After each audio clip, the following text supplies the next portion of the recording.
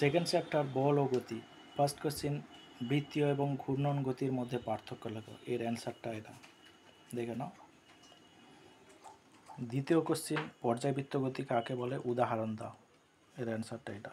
তৃতীয় কোশ্চিন, মিশ্র গতি কাকে বলে, উদাহরণ দাও। ঠিক আছে, দেখে নাও অ্যান্সারটা। আচ্ছা, এর পরের কোশ্চিন, দ্রুতি এবং বেগের মধ্যে পার্থক্য। অ্যান্সারটা দেখো এখানে।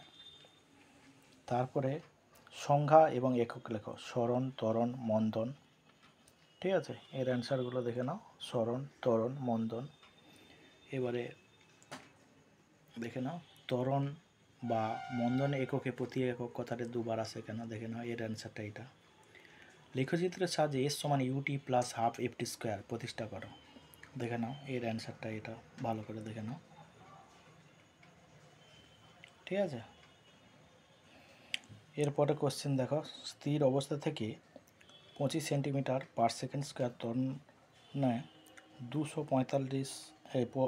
24 সেকেন্ড চলার পর কোনো বস্তুর বেগ কত হবে। তাহলে 24 সেকেন্ড চলার পর দেখে নাও। ঠিক আছে, এর অ্যান্সারটা এটা। এরপরের কোশ্চেন, স্থির অবস্থা থেকে 5 মিটার পার সেকেন্ড স্কোয়ার ত্বরণ নিয়ে গতিশীল বস্তুর 10 সেকেন্ড পর কত দূরত্ব অতিক্রম করবে, দেখে নাও এটা। এরপরের কোশ্চেন ম্যাথ, এটা ম্যাথের মানে ফিজিক্সের ম্যাথ। সমত্বরণে গতিশীল একটি কণা প্রথম 6 সেকেন্ডে 30 মিটার এবং পরবর্তী 6 সেকেন্ডে 80 মিটার পথ অতিক্রম করল। কণাটি 18 সেকেন্ডে কতটা পথ অতিক্রম করবে, দেখে নাও। এর অ্যান্সারটা দেখে নাও।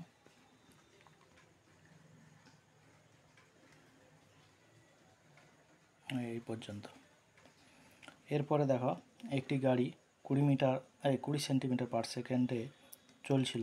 10 সেকেন্ড পরে 10 সেকেন্ড বেগ হলে 60 সেন্টিমিটার পার সেকেন্ডে বস্তুটির ত্বরণ কত হবে, দেখে নাও এটা এখানে।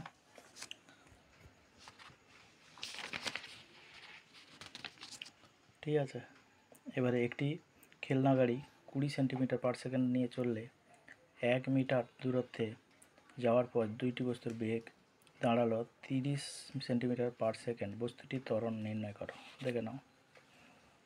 এরপরে দেখো এই কোশ্চেনটা, 36 কিলোমিটার পার আওয়ার বেগে চললো একটি গাড়িকে ব্রেকের সাহায্যে থামানো হলো।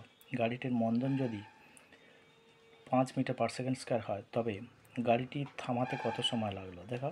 এর অ্যান্সারটা এটা। এরপরে দেখো, কোনো বস্তুর বেগ ও ত্বরণের অভিমুখ কি একই হতে পারে, তার অ্যান্সারটা এটা। শর্ট কোশ্চেনগুলো দেখো। এরপরে নিউটনের কোন গতিসূত্র থেকে জাড্যের সংজ্ঞা পাওয়া যায় সেই সূত্রটি বিবৃতি করো। গতিজাড্য স্থিতিজাড্য কাকে বলে, একটি উদাহরণ দাও। একটি করে উদাহরণ দাও।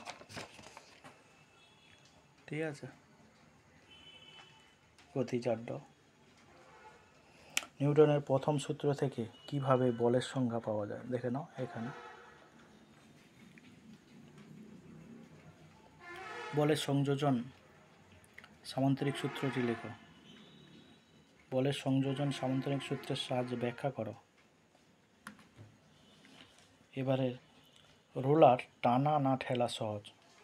বলের ভেক্টর বিভাজন এবং সংযোজন নীতি দিয়ে প্রমাণ করো।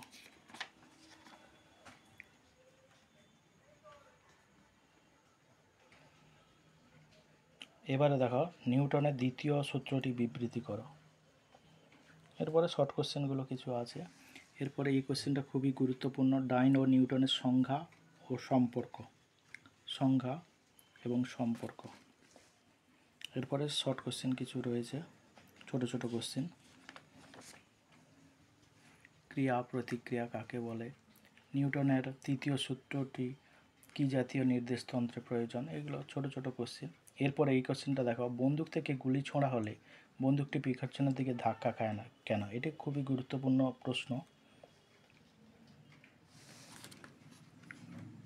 এরপরে দেখো, এই ফিজিক্সের একটা অঙ্ক, 2 কিলোমিটার ভরের একটি বন্দুক থেকে 20 গ্রাম একটি বুলেট 50 সেকেন্ড 50 মিটার/সেকেন্ডের বেগে ছোঁড়া হলে বস্তুটির বেগ কত? 150 মিটার/সেকেন্ড। ঠিক আছে, এবারে 5 কেজি ভরের ওপর কত বল প্রয়োগ করলে 10 মিটার/সেকেন্ড ত্বরণের সৃষ্টি হয়? দেখে না। এবারে 15 কেজি ভর বিশিষ্ট কোনো বস্তুর বেগ 45 নিউটন বল প্রয়োগ করলে ত্বরণ কত সৃষ্টি হবে? দেখে না। ক্রিয়া ও প্রতিক্রিয়া বল সমান ও বিপরীতমুখী হলে তাহলে বস্তুটির সাম্যগতি হয় না কেন? এর অ্যান্সারটা এটা। আর রৈখিক ভরবেগের সংরক্ষণ সূত্রটি লেখো। রৈখিক ভরবেগের সংরক্ষণ সূত্র থেকে নিউটনের তৃতীয় সূত্রটা ব্যাখ্যা করো বা প্রতিষ্ঠা করো। এইটা। এরপরে দেখো নিউটনের তৃতীয় সূত্র থেকে রৈখিক ভরবেগের সংরক্ষণ সূত্রের প্রমাণ।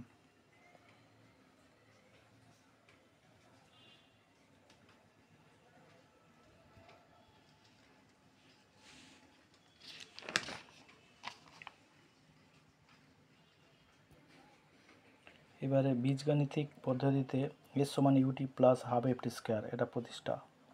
এবারে দেখো কিছু শর্ট কোশ্চেন।